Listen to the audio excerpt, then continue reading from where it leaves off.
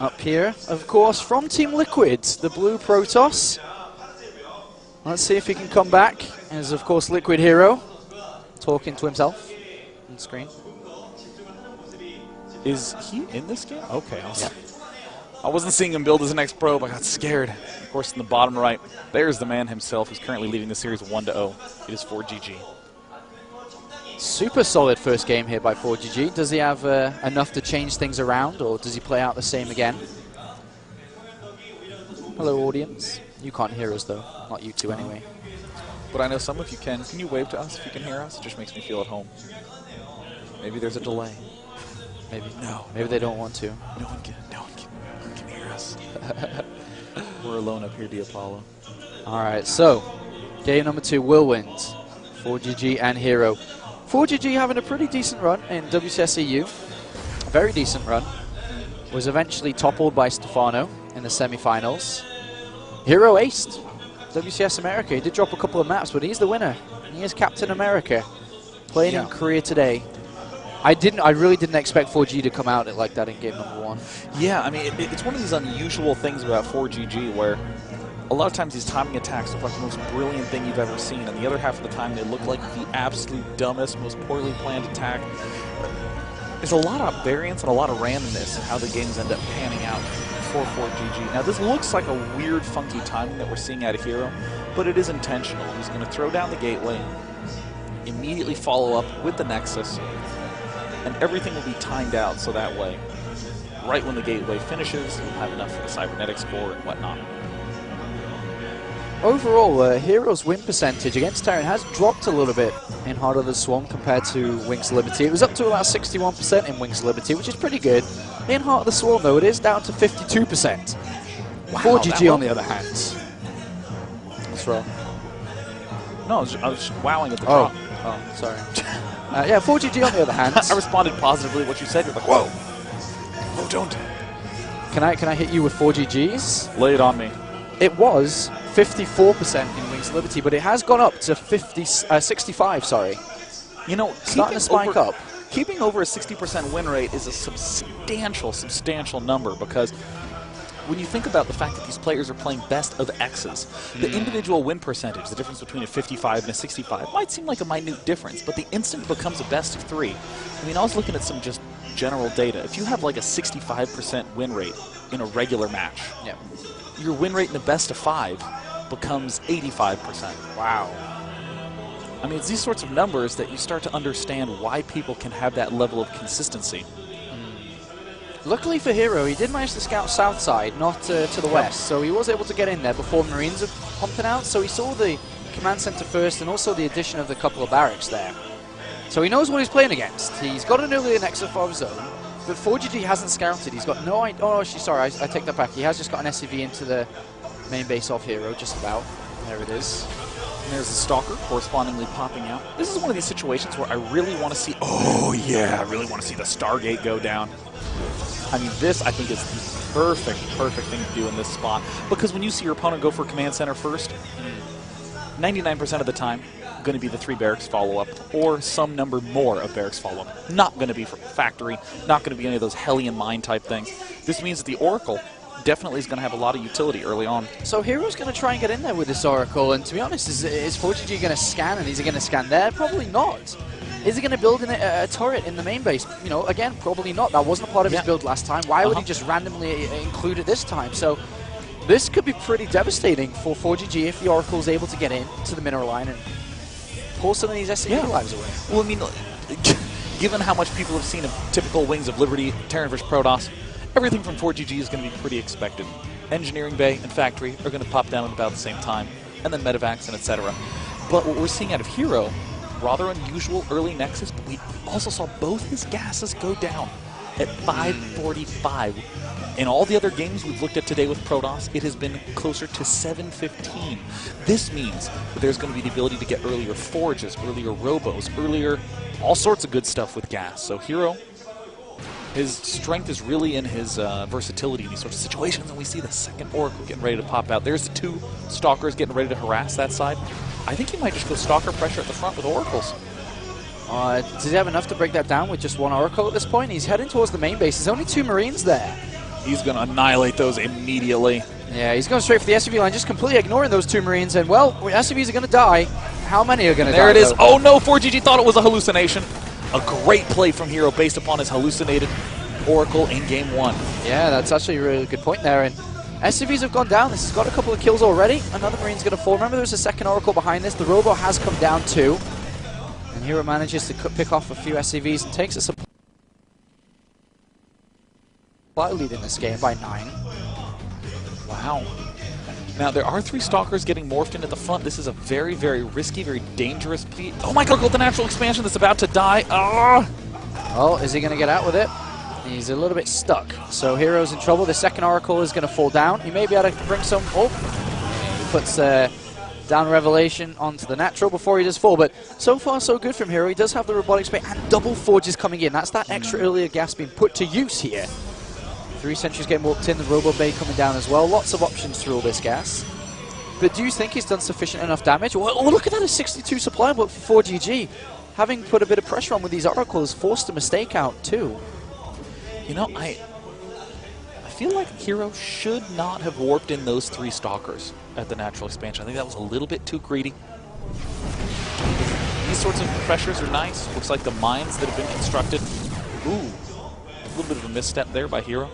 I think those, yeah, I just think it delayed the upgrades too much. All right, well, 1-1 is coming down eventually. 3 sentries, 3 Zealots at home, 5 Stalkers out in the map, but a drop's coming in. I think there's a couple of mines loaded into that. There is an Observer, 2 Observers on the natural, so Hero's not in the worst position while he's trying to get over to his Colossus.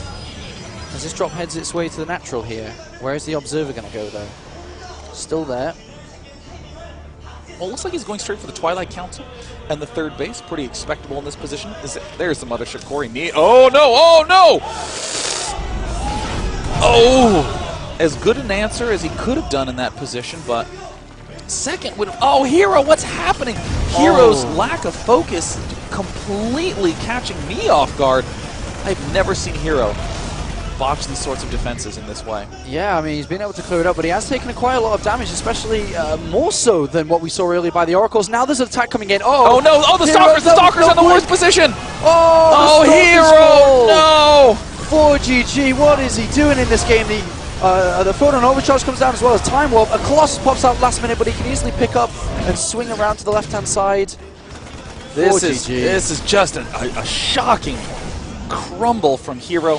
Never makes these types of mistakes in other tournament situations, but here is making multiple surprising mistakes back to back to back to back to back.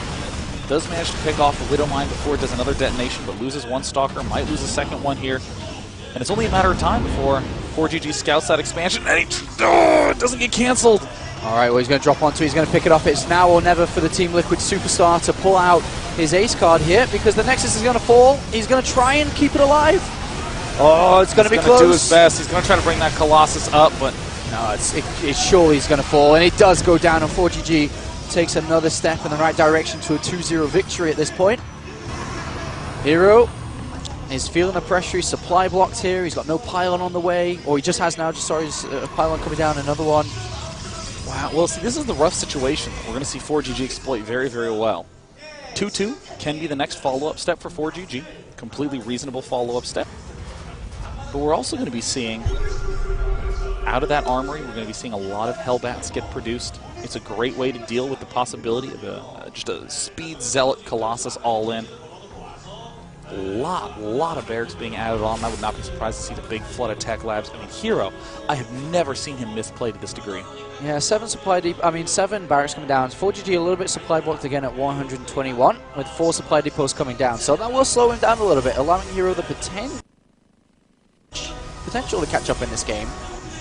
But remember, 4GG didn't grab such an early 3rd base in this game, was allowed himself to do a bit of pressure and a bit of damage. Yeah, I mean, still with the lead, though, for sure. I mean, that is true. I mean, for as much as Hero seems to be doing uncharacteristic fumbles, it's pretty traditional for the Terran to be ahead and supply and that sort of thing. Oh, what a breath of fresh air for Hero, getting the chance to have 4GG be the one that makes the mistake. And now it looks like it's going to be Storm Drops swinging in for Hero. Let's see how much damage he can do. Not too many SCVs on the 3rd. Hero's going to need to do some damage for sure. And here we go.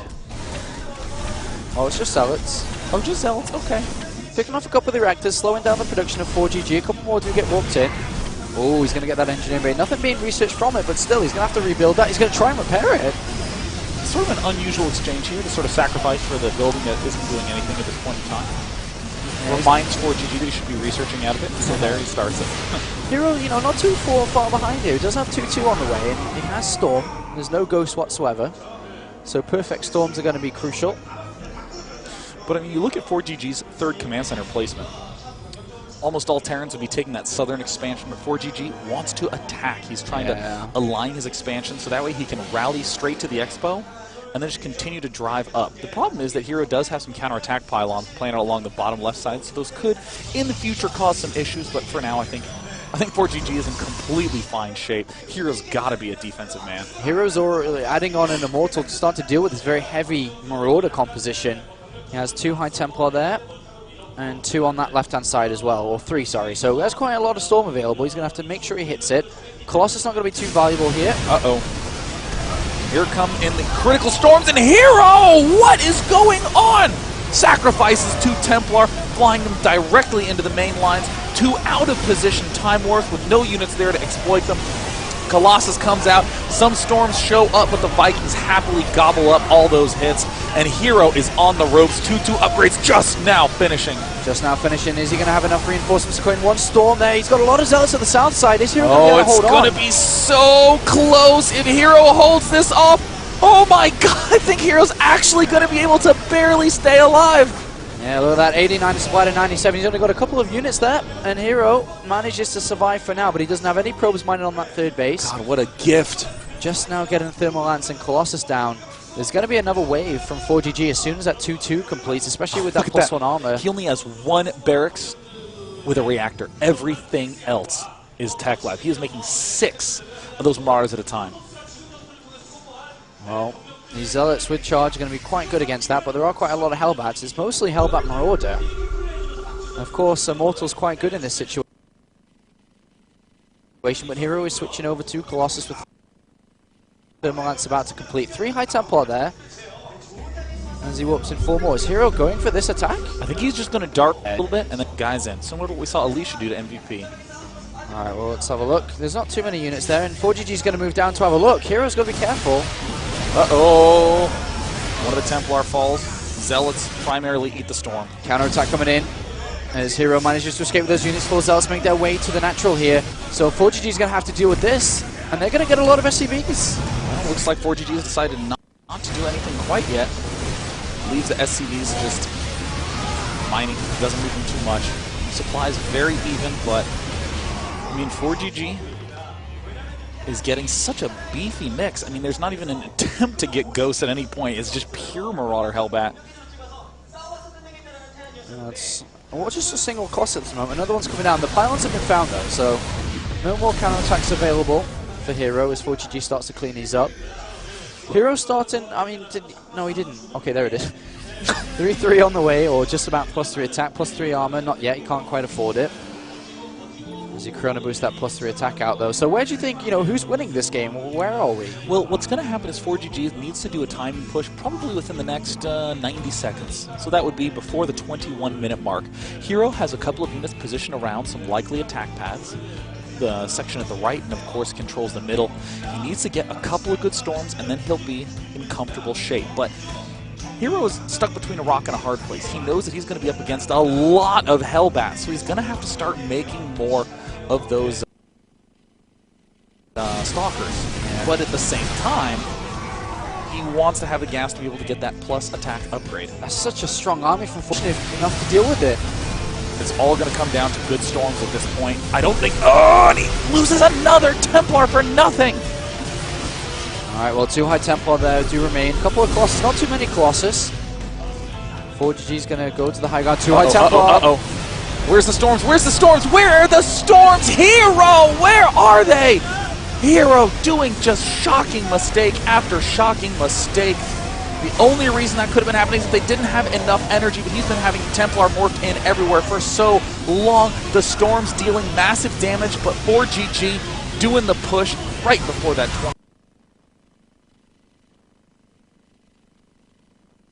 21-minute mark, and it looks like Hero is just in horrendous shape yet again. 4GG looking absolutely fantastic in this series. Game 1 was I did get there. Hero is in a disastrous position. Not a good start to his season finals. Fortunately, he doesn't have to be very careful with those high Templar, given the fact that they have no ghosts coming in there, so he has some excellent storms connecting with everything. He has 2 Templar back in the main that are at nearly full energy. If he can remember those, it might be enough. But 4GG with the rally into the main base, the 2 Templar at the back starting to make their way down, it looks like. Can they get them to the front lines? I don't know, I don't think so. It looks like 4GG's 150 supply to 71. A Colossus comes out of nowhere, but there's enough Vikings. 4GG, what a great start to his Season 1 Grand Finals. As he comes in, cleaning up the last Colossus. A couple of storms come down here, but it's not going to be enough. What a shocker. Hero. The absolute crumble. I mean, 4GG played an absolutely brilliant